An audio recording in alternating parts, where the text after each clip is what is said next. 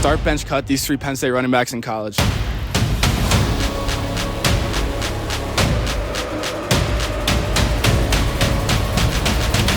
you tell me who Penn State football is playing this weekend? Sorry, what?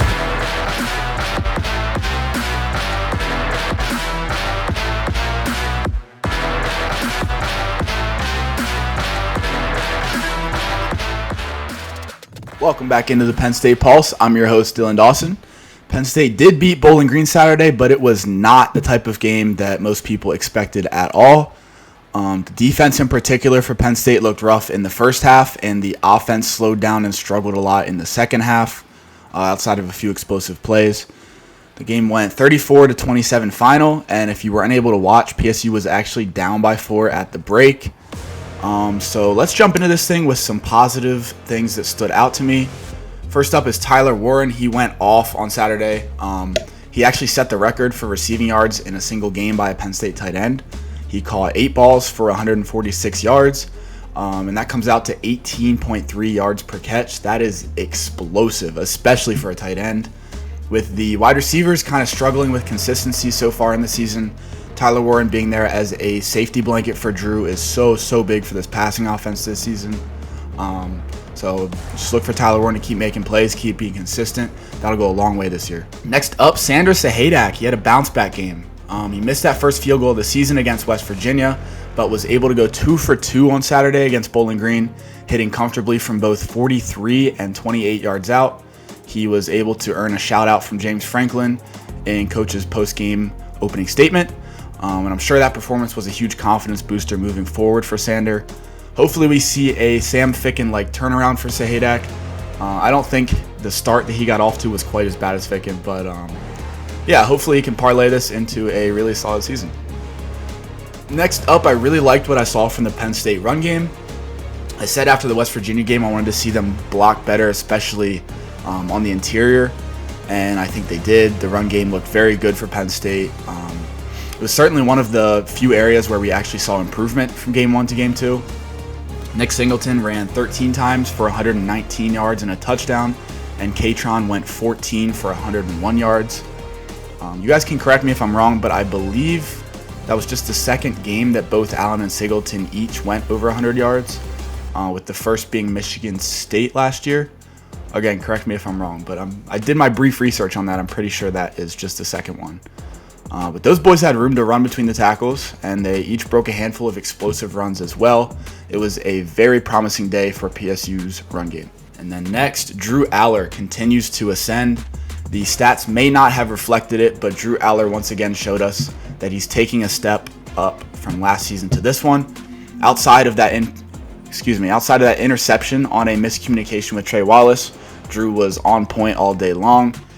He was actually under a good bit of pressure at different points in the game, but he stayed calm, maneuvered in the pocket, and delivered good balls downfield. His deep balls were accurate, but a lot of those plays have just been a hair off. Just one little thing goes wrong, like the Amari Evans pass interference. I guess you could have called it PI, but it was kind of sketchy. Or the deep one to Trey in the second half, where it was a perfect ball, but he could have pushed that ball a little further left to sustain the separation from the DB, kind of lead Trey toward the sideline. He probably could have called it in stride for a touchdown. It was on the money regardless, but little things like that, leading someone away from the defender, that can be the difference between a long catch or a breakup in that situation and maybe a touchdown. It does appear like Drew is putting it together though, and I am personally very excited to see where he's at by the end of the season. And then finally, MAC team or not, adversity was overcome. I know it was Bowling Green, but adversity is adversity. This is D1 college football, regardless of the opponent. It's not easy to win college football games. You guys saw it all over the country this past weekend. Number 5 Notre Dame lost at home to Northern Illinois. Oregon struggled with Boise State. Oklahoma struggled with Houston. Alabama was beating USF by 5 with like 6.5 minutes left in the game. That was before they went nuclear and scored 21 points in like 3 minutes.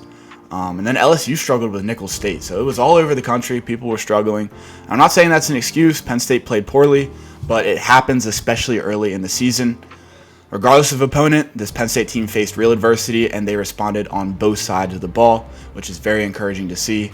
It's what you want to see early on in the season when faced with adversity. So this game overall will bring this team closer together, and they should learn a ton from it. Next up, I want to discuss some areas for improvement. They've now won 2 games. They have 2 games under their belt, and they will head into their first bye week. So first up, the defensive line getting home. I asked you guys for your opinion, on this one. Still on the fence about it, whether it's a real problem yet or not. Penn State has 2 sacks total through their first 2 games. Both of those sacks came against West Virginia, and they did not have any against Bowling Green. I think I'm leaning toward this not being as big of a problem as the stat indicates, but it is certainly something to keep an eye on.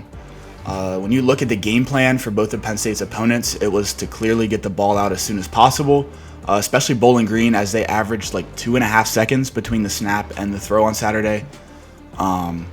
If teams want to keep trying the quick pass method against this Penn State defense, they will adjust now that it's happened multiple times. After that point, those defensive ends will have more time to get home, and they're just going to need to be able to do that. They need to get to the quarterback if they're going to have a little more time to do so.